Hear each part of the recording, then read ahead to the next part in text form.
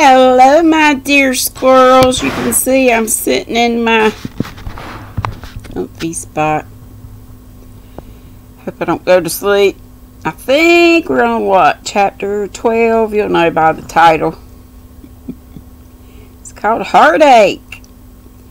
Whatever his motive might have been, Laurie studied to some purpose that year, for he graduated with honor and gave the Latin oration with the grace of a Phillips and the eloquence of a Demas. I'm going to mess that up, so I'll leave that alone. So his friends said. They were all there, his grandfather, oh so proud, Mr. and Mrs. March, John and Meg, Joe and Beth, and all exulted over him with the sincere admiration which boys make light of at the time, but fail to win from the world by any after triumphs.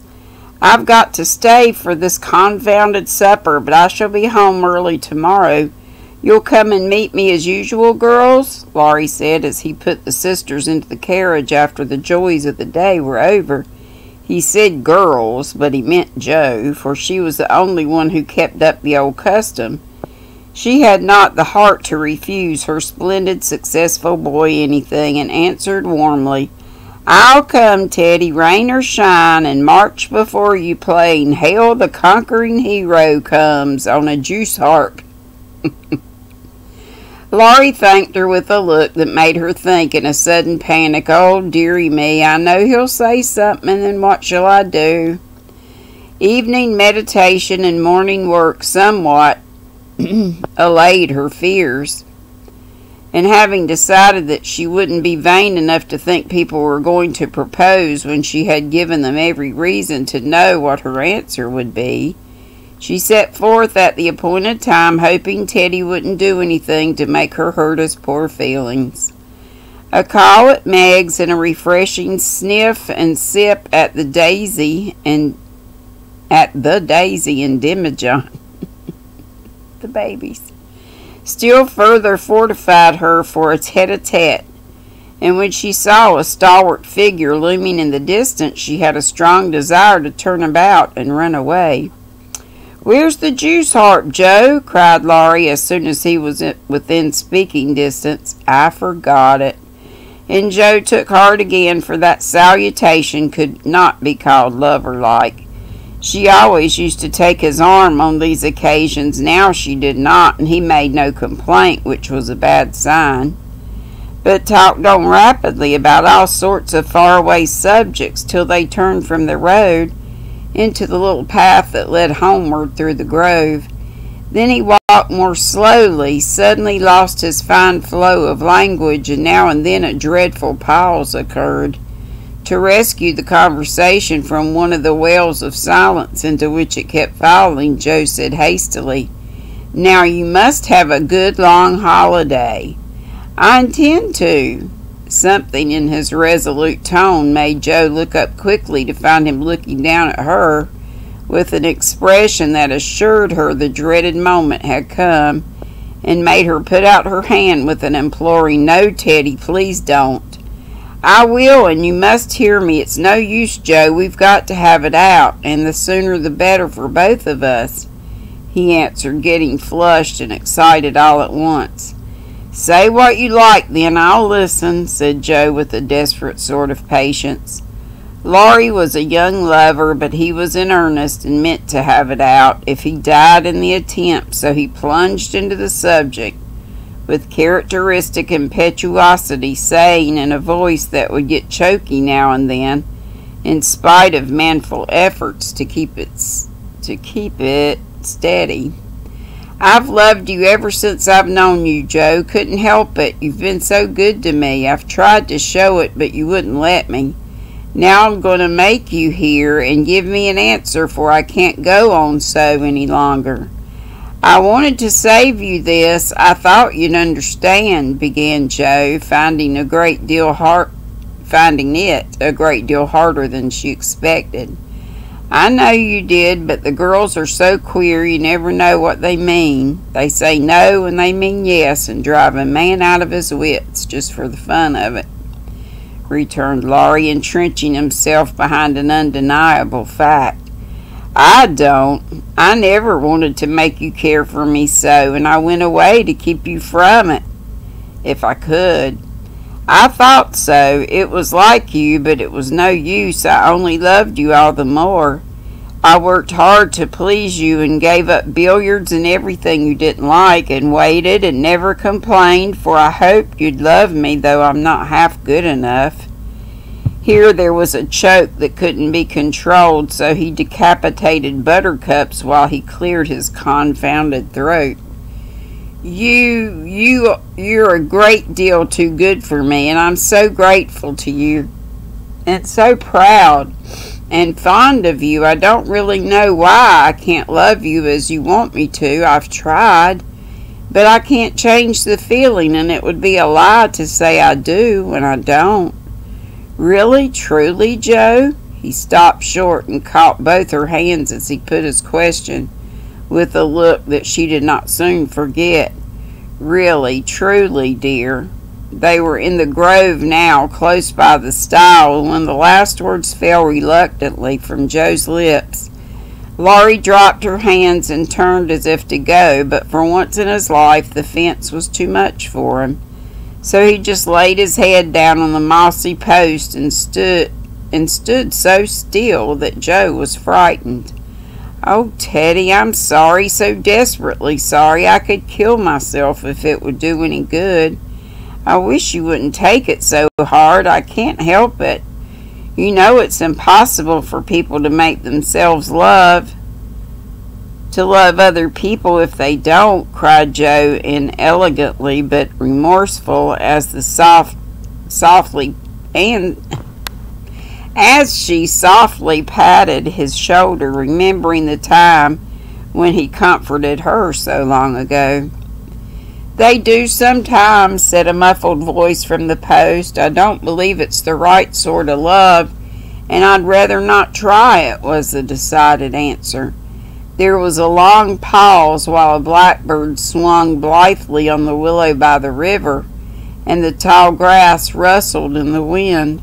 Presently Joe said very soberly, as she sat down on the step of the stile, Laurie, I want to tell you something. He started as if he had been shot, threw up his head, and cried out in a fierce tone, Don't tell me that, Joe. I can't bear it now. Tell what? She asked, wondering at his violence. That you love that old man.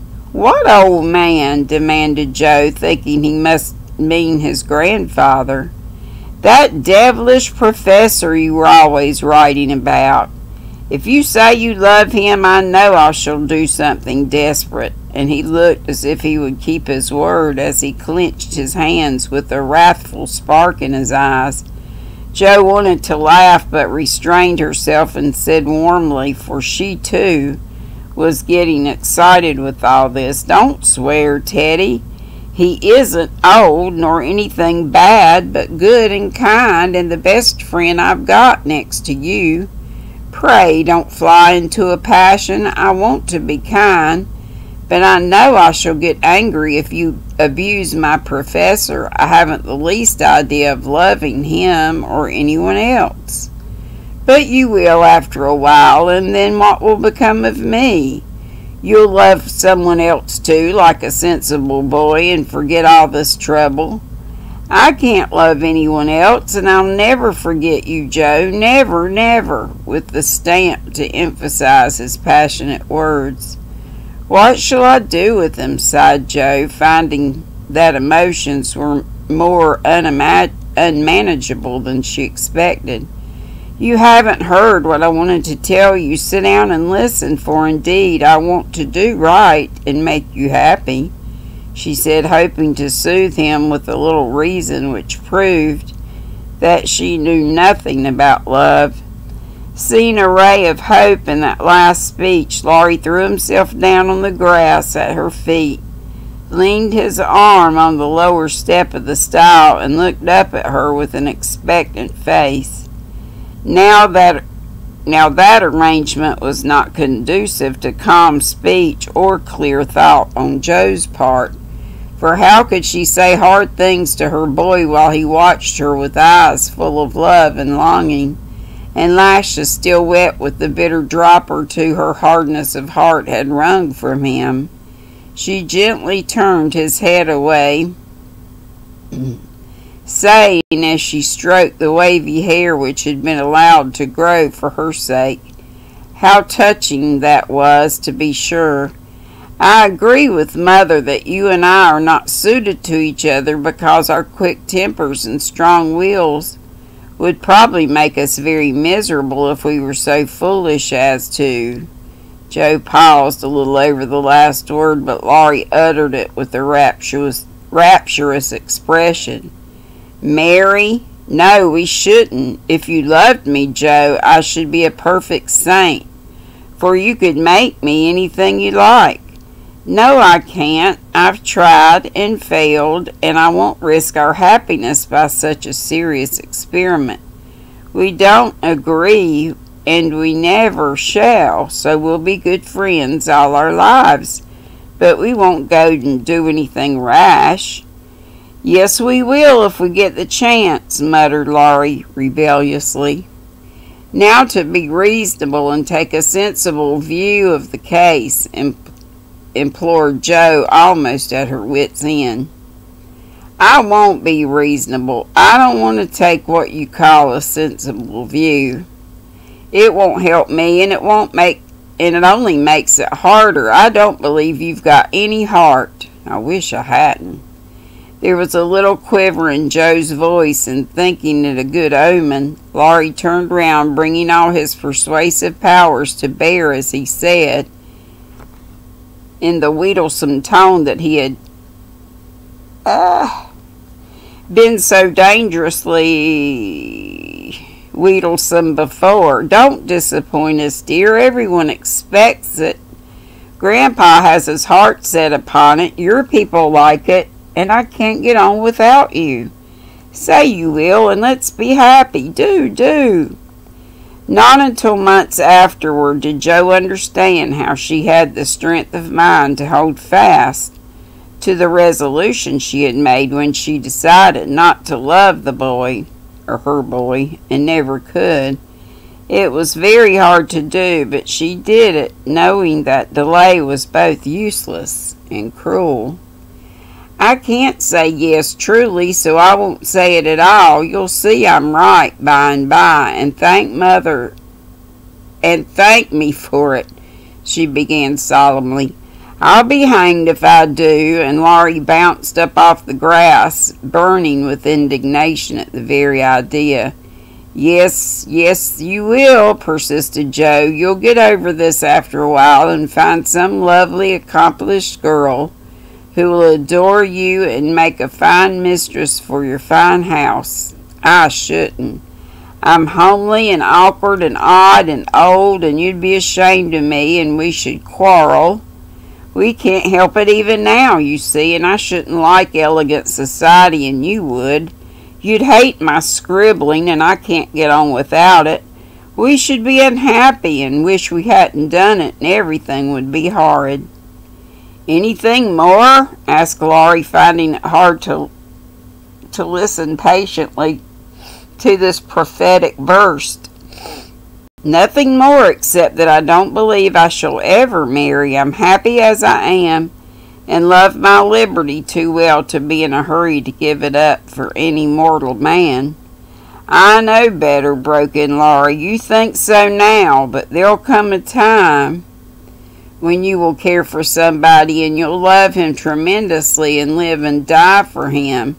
I know you will. It's your way, and and I shall have to stand by and see it." And the despairing lover cast his hat upon the ground with a gesture that would have seemed comical if his face had not been so tragic. "Yes, I will live and die for him if he ever comes and makes me love him in spite of myself, and you must do the best you can," cried Joe, losing patience with poor Teddy. "I've done my best, but you won't be reasonable, and it's selfish of you to keep teasing, For what I can't give, I shall always be fond of you, very indeed, as a friend. But I'll never marry you, and the sooner you believe it, the better for both of us. So now." That speech was like gunpowder. Laurie looked at her a minute as if he did not quite know what to do with himself, then turned sharply away to do with himself, then turned I already said that. Know what to do with himself. Then turned sharply away, saying in a desperate sort of tone, "You'll be sorry someday, Joe." "Oh, where are you going?" she cried, for his face frightened her. "To the devil," was the consoling answer. For a minute Joe's heart stood still as he swung himself down from the bank toward the river, but it takes much folly, sin, or misery to send a young man to a forbidden death. And Laurie was not one of the weak sort who are conquered by a single failure. He had no thought of a melodramatic plunge, but some blind instinct led him to fling hat and coat into his boat and row away with all his might, making better time up the river than he had done in any race. Joe drew a long breath and unclasped her hands as she watched the poor fellow trying to outstrip the trouble which he carried in his heart. "That will do him good, and he'll come home in such a tender, penitent state of mind that I shan't dare to see him," she said, adding as she went slowly home, feeling as if she had murdered some innocent thing and buried it under the leaves, "Now I must go and prepare Mr. Lawrence to be very kind to my poor boy. I wish he'd love Beth. Perhaps he may in time, but I begin to think I was mistaken about her. Oh dear, how can girls like to have lovers and refuse them? I think it's dreadful." Being sure that no one could do it so well as herself, she went straight to Mr. Lawrence, told the hard story bravely through, and then broke down, crying so dismally over her own insensibility that the kind old gentleman, though sorely disappointed, did not utter a reproach. He found it difficult to understand how any girl could help loving Laurie, and hoped she would change her mind, but he knew even better than Joe that love cannot be forced. Even better than Joe. No, I just said that. So he shook his head sadly and resolved to carry his boy out of harm's way, for young impetuosity's parting words to Joe disturbed him more than he could confess. When Laurie came home, dead tired but quite composed, his grandfather met him as if he knew nothing, and kept up the delusion very successfully for an hour or two. But when they sat together in the twilight, the time they used to enjoy so much, it was hard work for the old man to ramble about as usual, and harder still for the young one to listen the praises of the last year's success, which to him now seemed like love's labor lost. He bore it as long as he could, then went to